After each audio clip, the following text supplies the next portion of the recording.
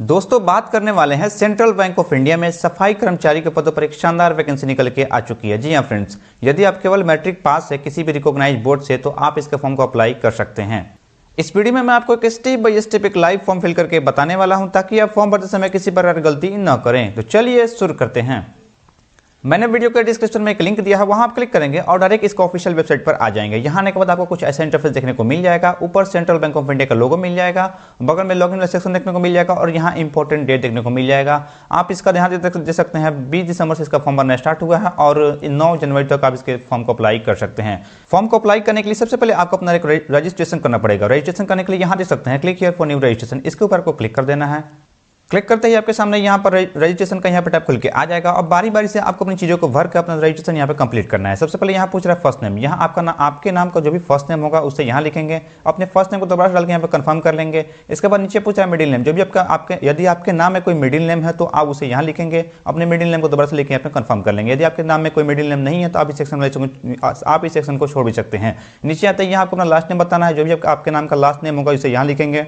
अपने last name को दोबारा से लिख यहाँ पे कंफर्म कर लेंगे। इसके बाद जो भी आपका नाम होगा पूरा नाम यहाँ पे शो हो जाएगा। नीचे आते हैं यहाँ आपको अपना मोबाइल नंबर लिखना है। अपने मोबाइल नंबर को डाल कर यहाँ पे दोबारा से कंफर्म कर लेंगे। अगर कोई अल्टरनेट मोबाइल नंबर देना चाहते हैं तो आप इसे यहाँ दे सकते हैं, अदरवाइज आप इसे छोड़ सकते हैं, ये मैंडेटरी चीज़ नहीं है। इसके बाद नीचे आते हैं आपको अपना ईमेल आईडी यहाँ लिखना है और @ के बाद की जो चीज़ें होती है ना, यानी gmail.com, यहाँ से आपको अपना gmail.com यहाँ से चूज कर लेना। उम्मीद ये चीज़ आपको क्लियर हो गई होंगी। इसके बाद आपको अपना ईमेल आईडी दोबारा से लेकर यहाँ पे कंफर्म कर लेना है। इसके बाद इस कैप्चा कोड को यहाँ लिखना है और सेव एंड नेक्स्ट के ऊपर आपको क्लिक कर देना है। इतना करते ही आपका रजिस्ट्रेशन यहाँ पर सक्सेसफुली हो जाता है और ऊपर आपका रजिस्ट्रेशन नंबर और पासवर्ड देखने को मिल जाता है। आपके दिए गए मोबाइल नंबर पर ये चीज़ आपका SMS के थ्रू चला जाता है। यदि आप फ्यूचर में आपको जब भी लॉगिन करना होगा इसी रजिस्ट्रेशन नंबर और पासवर्ड से लॉगिन करेंगे, चाहे आंसर की देखना हो, रिजल्ट देखना हो, आप इसी चीज़ से लॉगिन करेंगे। इसके बाद यहाँ देख सकते हैं अगले स्टेप में आपको अपना फोटोग्राफ और सिग्नेचर अपलोड करना है। फोटोग्राफ यहाँ अपलोड करना है, सिग्नेचर यहाँ अपलोड करना है। एक बार फोटो आप यहाँ अपलोड करेंगे, इसके बाद इस बॉक्स को टिक आउट करेंगे, फिर आपको यहाँ पर सिग्नेचर भी अपलोड करना है और इस बॉक्स को टिक आउट कर देना है। और फोटो और सिग्नेचर का क्या गाइडलाइन है ऊपर देख सकते हैं, guidelines for scanning the photograph and signature, इसके ऊपर आप क्लिक करेंगे और आपके सामने एक नया टैब खुल के आ जाएगा। उसमें आपको देखने को मिल जाएगा कि फोटो और सिग्नेचर के लिए क्या क्या गाइडलाइंस है। यहाँ देख सकते हैं मेरे सामने यहाँ पे गाइडलाइंस खुल के आ गया है। फोटोग्राफ वाले सेक्शन में देखेंगे ना तो आपको यहाँ पे रिसेंट कलर फोटो एक आपको चाहिए। कोई भी एक सिंगल कलर फोटो आप यहाँ पे अपलोड कर सकते हैं जो हाल ही का होना चाहिए और जिसका साइज जो है 200 से 230 पिक्सल में होना चाहिए और केबी में हम बात करें तो 20 से 50 केबी के बीच आपका होना चाहिए फाइल साइज, और ये चीज़ JPG में चल जाएगा। इसके बाद हम सिग्नेचर की बात करें तो यहाँ देख सकते हैं सिग्नेचर के लिए क्या क्राइटेरिया है। तो सिग्नेचर का साइज जो है 10 से 20 केबी के बीच आपका साइज होना चाहिए। इसके अंदर आपको अपने सिग्नेचर को अपलोड करना है।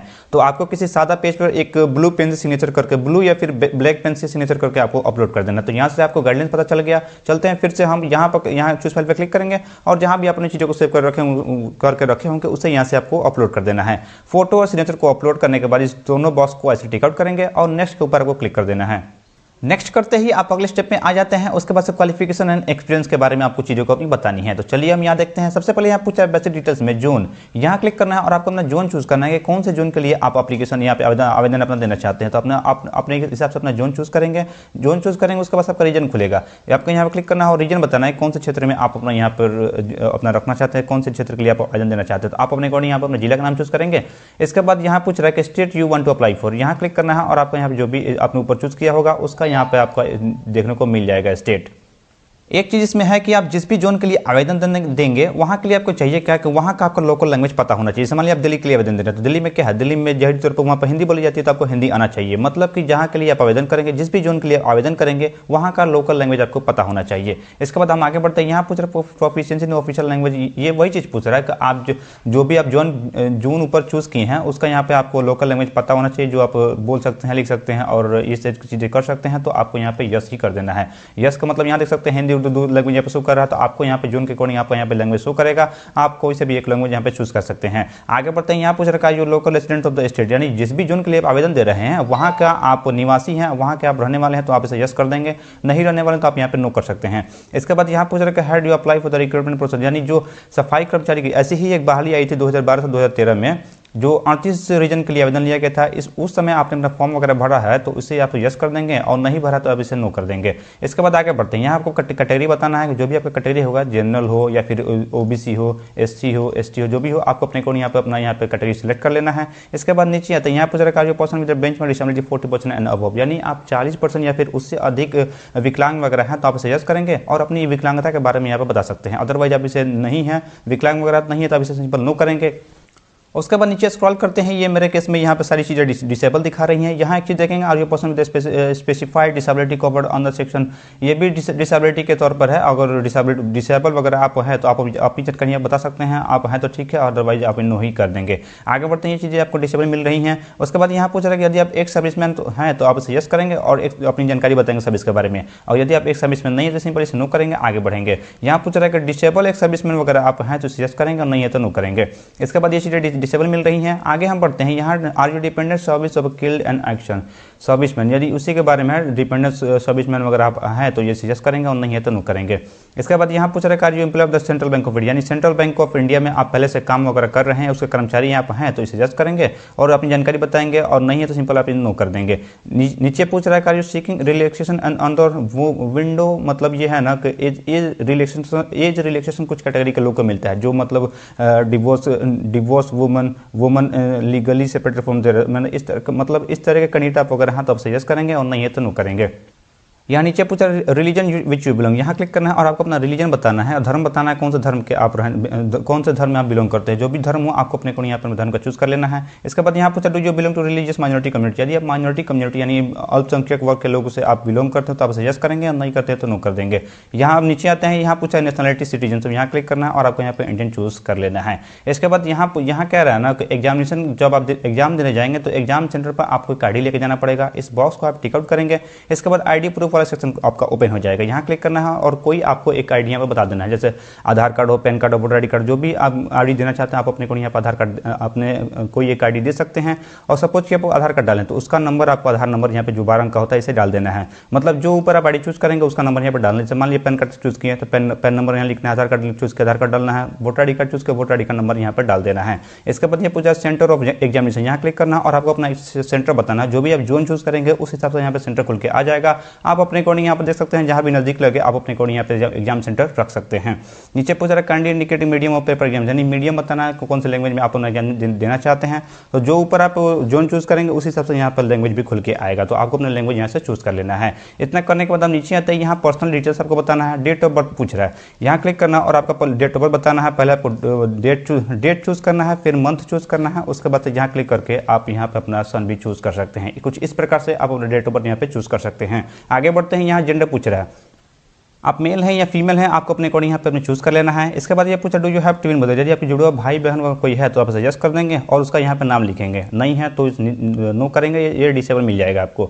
इसके बाद ये पूछा मैरिटल स्टेटस, आप मैरिड हैं या फिर अनमैरिड है, आप अपने अकॉर्डिंग यहाँ पे बता सकते हैं। इसके बाद आपको अपने फादर नेम यहाँ लिखना है, यहाँ मदर नेम लिखना है, यहाँ मैरिड महिला है तो स्पॉस यहाँ पे लिख सकती हैं। उसके बाद यहाँ लिख सकते हैं एड्रेस, यहाँ 1 2 3 लाइन आपको देखने को मिल जाता है, आपको अपना पूरा एड्रेस इसमें फिल कर देना है, जैसे यहाँ गाँव लिख दीजिए, यहाँ पोस्ट लिख दीजिए, यहाँ थाना लिख दीजिए, ठीक है। उसके बाद यहाँ डिस्ट्रिक्ट बताना है, डिस्ट्रिक्ट यहाँ क्लिक करना है और आपका जो भी डिस्ट्रिक्ट होगा आपको अपने डिस्ट्रिक्ट का नाम ऐसे सिंपल इसे टाइप कर देना है। इसके बाद आपको अपना स्टेट बताना है, यहाँ क्लिक करेंगे और जो भी आपका स्टेट होगा इस लिस्ट से आपको अपना स्टेट का नाम यहाँ से चूज कर लेना है। इसके बाद यहाँ पिन कोड बताना है, यहाँ क्लिक करेंगे और जो भी आपका पिन कोड होगा अपने पिन कोड को यहाँ लिख देना है। इसके बाद नीचे यहाँ कह रहा है कि यदि आपका कॉरेस्पॉन्डेंस और परमानेंट एड्रेस दोनों सेम है तो इस बॉक्स को आप टिक आउट करेंगे, दोनों जगह सेम हो जाएगा, और अलग अलग है तो आप यहाँ पे अंटीग्रहण रहने देंगे और अलग अलग भी यहाँ पे देख सकते हैं, कोई दिक्कत की चीज़ नहीं है। इसके बाद यहाँ पूछा choose for the GST invoicing, GST invoicing के लिए यहाँ पे आपको एड्रेस चूज करना है, चाहे कॉरेस्पॉन्डेंट या परमानेंट, दोनों में से कोई एक यहाँ पे चूज कर सकते हैं। इसके बाद यहाँ आपका अमाउंट शो करेगा। इतना चीज़ों को करने के बाद वैलिडेट डिटेल्स पे क्लिक करेंगे, आपकी चीज़ें यहाँ पे वेरीफाई हो जाएंगी। इतना करने के बाद आपको सेव नेक्स्ट के ऊपर आपको फिर से क्लिक कर देना है।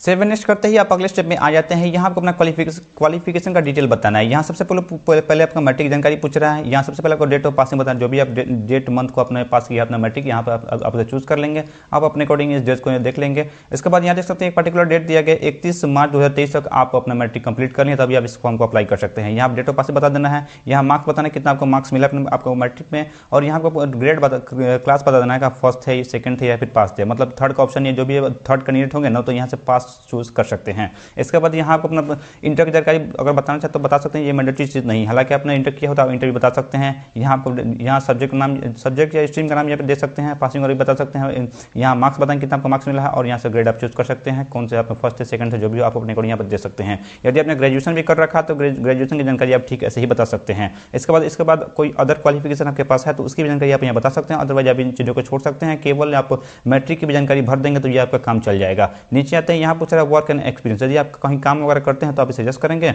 और यहाँ पर आप अपनी चीज़ों को यहाँ बता सकते हैं, डिजिग्नेशन, यहाँ पर अपने पीरियड ऑफ ड्यूटी, यहाँ से इन सभी चीज़ों को यहाँ पर बता सकते हैं। अगर नहीं काम वगैरह करता, आपके पास कोई एक्सपीरियंस वगैरह नहीं है तो सिंपल इसे नो करेंगे। ये सारी चीज़ें आपको डिसेबल मिलेंगी। नीचे आते हैं अदर डिटेल्स में, यहाँ लैंग्वेज पूछ रहा है, कोई लैंग्वेज आपको जो आती है उसे लिखना है। जैसे मान लीजिए आपको हिंदी आती है तो हिंदी से टाइप करती है। इसके बाद आपको रीड वाले बॉक्स को टिक आउट करना है, राइट वाले बॉक्स को टिक आउट करना और स्पीक वाले बॉक्स को टिक आउट कर देना। मतलब जो आप जोन चूज करेंगे, जिसके लिए आप आवेदन देंगे, वहाँ का लोकल लैंग्वेज आपको पता होना चाहिए। उस हिसाब से यहाँ पर आपको language read, right and speak तीनों करना आना चाहिए। इसके अलावा भी यदि कोई लैंग्वेज आप जानते हैं, जैसे मान लीजिए आप इंग्लिश जानते हैं, हिंदी के अलावा आप इंग्लिश जानते हैं तो इंग्लिश में लिख देंगे और यहाँ पर रीड, राइट, स्पीक और सारी चीज़ों को यहाँ से बॉक्स को टिक आउट कर देंगे। इतना करने के बाद वैलिडेट योर डिटेल्स पे क्लिक करेंगे, आपकी चीज़ें यहाँ पे वेरीफाइड हो जाएंगी, उससे आपको ओके कर देना है। उसके बाद नेक्स्ट सेव एंड नेक्स्ट के ऊपर आपको क्लिक कर देना है। एक चीज़ इसमें है कि यहाँ पूछ रहा है कि यदि आप SC, ST या फिर OBC रिलीजियस माइनॉरिटी कम्युनिटी से बिलोंग करते हैं, मतलब इन सारे कैटेगरी से आप बिलोंग करते हैं, तो आपको यहाँ पे इन सारे कैटेगरी के लोगों को यहाँ पे ट्रेनिंग वगैरह दी जाती है, एग्जाम से पहले ट्रेनिंग दी जाती है। तो उस तरह का कैंडिडेट अगर हैं इन तीनों में से, इन तीनों चारों में से कैंडिडेट अगर हैं तो आप इसे यस कर सकते हैं, आपको ट्रेनिंग मिल जाएगी। अदरवाइज आप नहीं लेना चाहते हो आप इसे नो कर देंगे। इसके बाद आपको वही चीज़ करना है, वैलिडेट पर क्लिक करेंगे। इसके बाद सेव एंड नेक्स्ट के ऊपर आपको क्लिक कर देना है। इसके बाद आपका फॉर्म का यहाँ पे प्रीव्यू खुल के आ जाएगा और जो भी डिटेल आपने अभी तक दिया है वो सारा यहाँ पे शो हो जाता है। आप अपनी चीज़ों को मिला लेंगे और किस प्रकार गलती हो गया तो यहाँ बैक जाकर आप सुधार सकते हैं। अगर आपको लगता है सब चीज़ सही है तो इस आई एग्री वाले बटन बॉक्स को आप टिक आउट करेंगे और यहाँ पर दूसरे बॉक्स को आप टिक आउट करेंगे। दूसरा बॉक्स क्या है, I confirm that my name is filled by me in the application form exactly matches with the name of in my ID proof. मतलब ID प्रूफ के हिसाब से मेरा यहाँ पे नाम वगैरह मैच कर रहा है तो इस बॉक्स को टिक आउट करना। और ध्यान दीजिएगा तीसरा जो बॉक्स है ना, इसे आपको टिक आउट नहीं करना। क्यों? ये चीज़ है कि जिन्होंने अपना नाम वगैरह में चेंज वगैरह करवाया है, there is change in my name and I will bring document proof that, मतलब जिन्होंने अपना यहाँ पे नाम वगैरह चेंज करवाया है तो उस तरह के आप कैंडिडेट हैं तो आप इसे टिक आउट करेंगे। और एग्जाम सेंटर पर क्या होगा कि आपको यहाँ पर अलग से एक डॉक्यूमेंट लेके ही जाना पड़ेगा जो आपने चेंज करवाया है। मतलब उन्हीं को ये तीसरा ऑप्शन यहाँ पर चूज करना है जिन्होंने अपना नाम वगैरह चेंज करवाया है। तो अगर आपने अपना नाम चेंज वगैरह नहीं करवाया है तो केवल ऊपर वाले दो ऑप्शन को टिक आउट करेंगे, नीचे वाले को छोड़ देंगे। इतना करने के बाद आपको कंप्लीट रजिस्ट्रेशन के ऊपर आपको क्लिक कर देना है। क्लिक करने के बाद यहाँ छोटा सा कंफर्मेशन मांगा जा रहा है आपसे, इसे आपको ओके कर देना है। ओके करने के बाद फिर से यहाँ पूछ रहा है are you sure to continue, इसे आपको ओके कर देना है। इसके बाद यहाँ देख सकते हैं फ्रेंड डॉक्यूमेंट अपलोड लिस्ट में यहाँ आपको अपना लेफ्ट हैंड का थंब इंप्रेशन अपलोड करना है, बाएं हाथ का थंब इंप्रेशन आपको यहाँ पर अपलोड करना है और यहाँ पर आपको अपना हैंड रिटन डिक्लेरेशन यहाँ पर अपलोड करना है। और इन चीज़ों का क्या गाइडलाइन है आप यहाँ पर देखेंगे ना, मैं आपको यहाँ पर दिखा देता हूँ। यहाँ देखेंगे लेफ्ट हैंड का जो थंब इंप्रेशन अपलोड करना है, यहाँ देख सकते हैं इसका जो क्राइटेरिया है, इसका साइज जो बोला गया है 20 से 50 KB के बीच होना चाहिए। इसी के अंदर आप अपने लेफ्ट हैंड का थंब इंप्रेशन अपलोड करेंगे। अब बात आती है हैंड रिटन डिक्लेरेशन में क्या लिखना है, तो मैं आपको ले चलता हूँ नोटिफिकेशन में और वहाँ दिखाता हूँ कि आपको क्या लिखना है हैंड रिटन डिक्लेरेशन में। यहाँ देख सकते हैं 19 नंबर पेज में आप जो नोटिफिकेशन डाउनलोड करेंगे 19 नंबर पेज में आप यहाँ देखेंगे ना चौथे नंबर में यहाँ पर, तो यहाँ पर देख सकते हैं यहाँ से लेकर के यहाँ तक आपको सेंटेंस में देखने को मिल जाएगा। इसी चीज़ को आपको अपने सादा पेज पर लिखना है और अपलोड करना है। क्या लिखना है, तो यहाँ आई से लेकर आई लिखेंगे और बगल में डैश दिया है, यहाँ पर आपको अपना नाम लिखना है। ध्यान दीजिएगा एड्रेस नहीं, आपको अपना नाम लिखना है। उसके बाद ये आगे चीज़ें लिखना है, candidate here bye declared all the information submitted यानी रिक्वायर्ड यानी व्हेन रिक्वायर्ड। यहाँ से लेकर के आपको यहाँ तक इसी चीज़ को लिखना है सादा पेज पर और इसी चीज को आपको अपलोड करना है, जिसका साइज जो बोला गया है हैंड रिटन डिक्लेरेशन का साइज जो है 50 से 100 KB के बीच रखा गया है। इसका साइज थोड़ा बड़ा है, 50 से 100 KB के बीच रखेंगे और अपने हैंड रिटन डिक्लेरेशन को यहाँ पर अपलोड कर देंगे। मैं एक बार फिर से रिपीट कर देता हूँ, लेफ्ट हैंड का थंब इंप्रेशन ये आपको 20 से 50 KB के बीच में अपलोड करना है और आपका यहाँ पर हैंड रिटन डिक्लेरेशन जो मैंने नोटिफिकेशन में दिखाया उसको सादे पेज पर लिख करके आपको यहाँ पर एक बार मैं फिर से यहाँ पर देख लेता हूँ। यहाँ देख सकते हैं 50 से 100 के बीच में इसको अपलोड करना है हैंड रिटन डिक्लेरेशन को। उम्मीद है ये चीज़ आपको क्लियर हो गई। कंफ्यूजन तो आप हमें कमेंट कर बता सकते हैं, वहां मैं आपको चीज़ों को क्लियर कर दूंगा। तो चलिए हम बारी बारी से आपने चीज़ों को यहाँ पर अपलोड कर लेते हैं और इस कैप्चा कोड को यहाँ लिखेंगे। इसके बाद सेव एंड नेक्स्ट के ऊपर आपको क्लिक कर देना है। सेव नेक्स्ट करते ही फ्रेंड्स आपको इसे ओके कर देना है। यहाँ पर ओके करने के बाद यहाँ देख सकते हैं आपका यहाँ पे अमाउंट देखने को मिल जाता है। आपके कैटेगरी के हिसाब से यहाँ पर आपका अमाउंट शो हो जाता है। इसके बाद इस कैप्चा कोड को यहाँ लिखेंगे और सबमिट के ऊपर आपको क्लिक कर देना है। सबमिट करते ही ये पूछा do you want to submit, इसे आपको ओके कर देना है। इसके बाद आप यहाँ देख सकते हैं आप पेमेंट गेटवे पर आ जाएंगे। यहाँ से आपको अपना पेमेंट जमा करना है। जो भी आपको कैटेगरी से आपका पेमेंट लगेगा वो यहाँ पे शो हो जाता है। आपको अपना पेमेंट करना है। पेमेंट करने के लिए बहुत सारा आपको ऑप्शन देखने को मिल जाते हैं। Credit card, debit card, other debit card, net banking, UPI का भी ऑप्शन मिल जाता है। जिस भी माध्यम से आप अपना पेमेंट करना चाहते हैं किसी एक ऑप्शन को चूज करेंगे और आपको अपना पेमेंट यहाँ पर जमा कर देना है। पेमेंट करते ही आपका फॉर्म फाइनली सबमिट हो जाएगा। उसके बाद आप अपने फॉर्म का प्रिंट यहाँ पे डाउनलोड कर सकते हैं। तो ये था ये प्रोसेस कि आप सेंट्रल बैंक ऑफ इंडिया में सफाई कर्मचारी के पोस्ट के लिए कैसे आवेदन देंगे। उम्मीद है आपको वीडियो पसंद आई होगी। पसंद आई तो वीडियो को लाइक कीजिए, चैनल को सब्सक्राइब कीजिए और अपने दोस्तों के साथ शेयर कीजिए। आज के लिए बस इतना ही। मिलते हैं किसी नेक्स्ट वीडियो में। Thank you for watching.